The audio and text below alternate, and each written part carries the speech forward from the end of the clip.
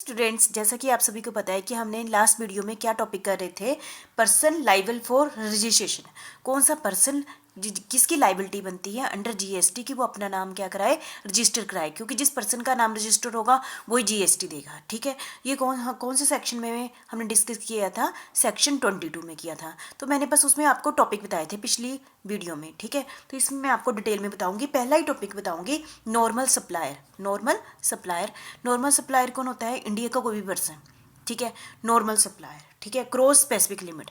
Cross specific limit, जैसे कि मैं भी बताऊंगी कि कौन सी स्पेसिफिक लिमिट है, उस लिमिट से ज़्यादा उसकी टर्नओवर हो जाती है तो उसके लिए कंपल्शन हो जाता है अंडर जीएसटी वो अपना नाम क्या कराए, रजिस्टर्ड कराए। बस थोड़ा हल्का सा याद ही करना है। ठीक है, ये कौन से सेक्शन में बताया गया है? सेक्शन 22, और सब सेक्शन क्या आ गया? 1 आ गया, क्योंकि हमारा टॉपिक ही मेन सेक्शन 22 के अंदर है ये। ठीक है, आपको पता है। तो सबसे पहले इन्होंने क्या किया है, इसको 2 कैटेगरी में बांट दिया है, कैटेगरी 1 और कैटेगरी 2। जो कैटेगरी 1 है वो मैंने इस स्लाइड में रखी है, और कैटेगरी 2 सेकंड स्लाइड में है। ठीक है, तो इसमें किस बेस पर उन्होंने जो गुड्स को डिवाइड किया गया है, मतलब कि रजिस्ट्रेशन के लिए जो सप्लायर को किस बेस पर कर दिया गया है?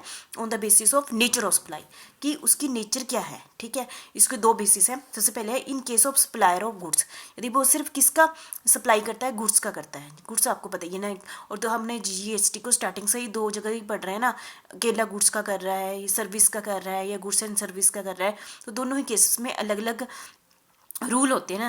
यदि in case of supplier of goods, यदि वो किसका सप्लायर है? गुड्स का है। दूसरा केस क्या है?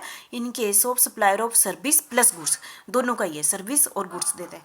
ठीक है, तो यदि वो कोई पर्सन ऐसा है जो कहाँ पर रहता है, मणिपुर, मिजोरम, नागालैंड एंड त्रिपुरा में रहता है, और उसकी जो टर्नओवर है 10 लाख से कम है, ठीक है, तो उसको अपना नाम रजिस्टर नहीं कराना है।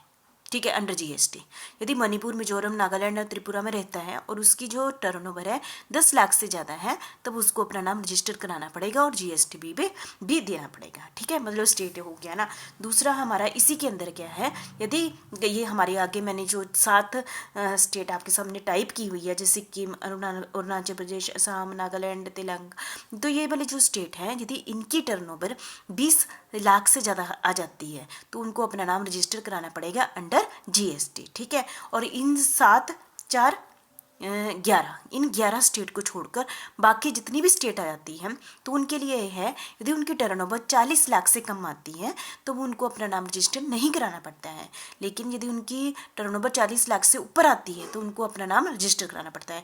बहुत ही ईजी टॉपिक। ठीक है, बस इस टॉपिक में हमने बस ये देखना है, स्टेट याद करनी है। ठीक है, तो ये आपको वैसे ही मैप के थ्रू ही पता चल जाएगा कि मैप में ये वाली स्टेट इधर है तो इनकी टर्नओवर 10 लाख है, ये यहाँ पर है तो इनकी 20 लाख है, तो ये आपको थोड़ा सा ऐसे करके याद हो जाएगा। ठीक है, तो अदर स्टेट कितनी आ गई? 40 लाख आ गई। ठीक है, तो ये क्या आ गया? In case of supplier of goods. ठीक है, दूसरा क्या है? In case of supplier of service plus goods, दोनों ही है।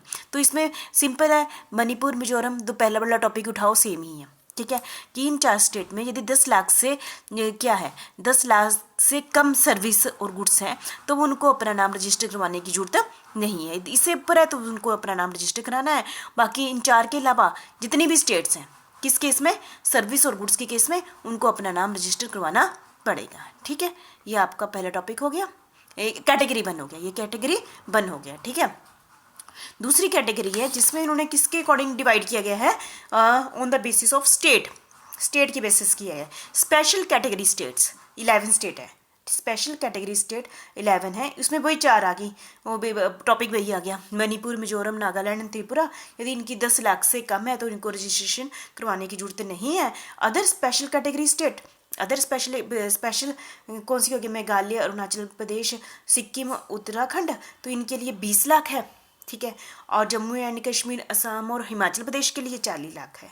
ठीक है, और यदि हिमाचल और प्रदेश के लिए गुड्स के केस में, हिमाचल में गुड्स के केस में 40 लाख है, और गुड्स और सर्विस के बेस पर 20 लाख है। तो ये हल्का सा आपको याद करना पड़ेगा, याद हो जाएगा। और अदर स्टेट के लिए, अदर स्टेट के लिए पौंडीचेरी, तेलंगाना के लिए 20 लाख है, और other state in case of supply of goods 40 और in supply of service plus goods 20 है। ठीक है, तो आपने कैटेगरी 2 और कैटेगरी 1 कर देना है, तो दोनों का सेम सेम ही है। ठीक है, तो आपने इसको अच्छे ढंग से कर लेना कि टर्नओवर यदि इससे ज़्यादा आ जाती है तो इनके लिए कंपल्शन हो जाता है नॉर्मल सप्लायर के लिए कि अपना नाम रजिस्टर कराए। बस ये है कि एक लिमिट दे दी ना, इसकी ज़्यादा आपकी सेल होगी। ठीक है, सभी लोगों के लिए सेम लिमिट नहीं है, किसी के लिए 40 लाख कह दिया है, किसी स्टेट में 20 लाख कह दिया है, किसी स्टेट में 10 लाख कह दिया है। ठीक है, बस ये देखना है। बाकी फिर इससे ज़्यादा है टर्नओवर है तो उनको अपना नाम क्या कराना पड़ता है, रजिस्टर्ड कराना पड़ता है। ठीक है, तो जैसे मैंने बोला ना, एग्रीगेट टर्नओवर इससे ज़्यादा होनी चाहिए। ठीक है,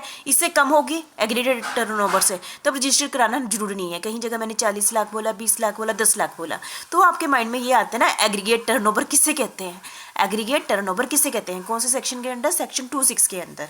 तो कहते हैं value of all taxable of supply, जो भी सप्लाई, जैसे मैं ही हूँ, मैं सप्लाई कर रही हूँ ना, जितने भी सप्लाई कर रही हूँ, टैक्सेबल सप्लाई कर रही हूँ ना, वो वाला अमाउंट लिख लो।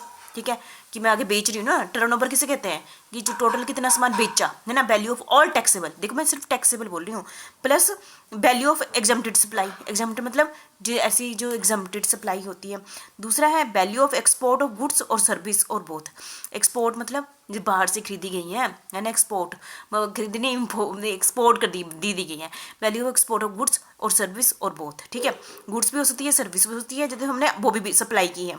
नेक्स्ट आ गया value of interstate supplies, interstate आपको पता ही है, हिमाचल से पंजाब की तरफ यदि उस वहाँ सप्लाई की गई है, having the same permanent account number, having the same, ये बात ध्यान रखना, यदि उनका क्या है, सेम पैन है, परमानेंट अकाउंट नंबर है। ठीक है, ये सारी चीज़ें क्या कर लो, ऐड कर लो एग्रीगेट टर्नओवर निकालने के लिए, और माइनस क्या करना है इसमें, centre tax, state tax, UT tax, integrated tax and cess. ठीक है, इनको क्या कर दो, माइनस कर दो, तो हमारे पास क्या आ जाती है, एग्रीगेट टर्नओवर आ जाती है। कौन से सेक्शन के अंडर, सेक्शन 26। तो अभी तक मैंने आपको एक ही टॉपिक कराया 4 में से, सेक्शन 22 का, कि कौन पर्सन लाइबल है अपना नाम रजिस्टर कराने के लिए। तो कौन है, नॉर्मल सप्लायर, जिनकी एक लिमिट से ज़्यादा टर्नओवर है, उनको अपना नाम रजिस्टर कराना जरूरी होता है। ठीक है, और क्योंकि उन्होंने उस पर क्या देना होता है, जीएसटी देना होता है। यदि वो उस लिमिट के अंदर आ जाते हैं तो उनको अपना नाम रजिस्टर नहीं कराना होता है, और जीएसटी के लिए भी नहीं देंगे ना फिर, यदि उनका नाम रजिस्टर नहीं होगा।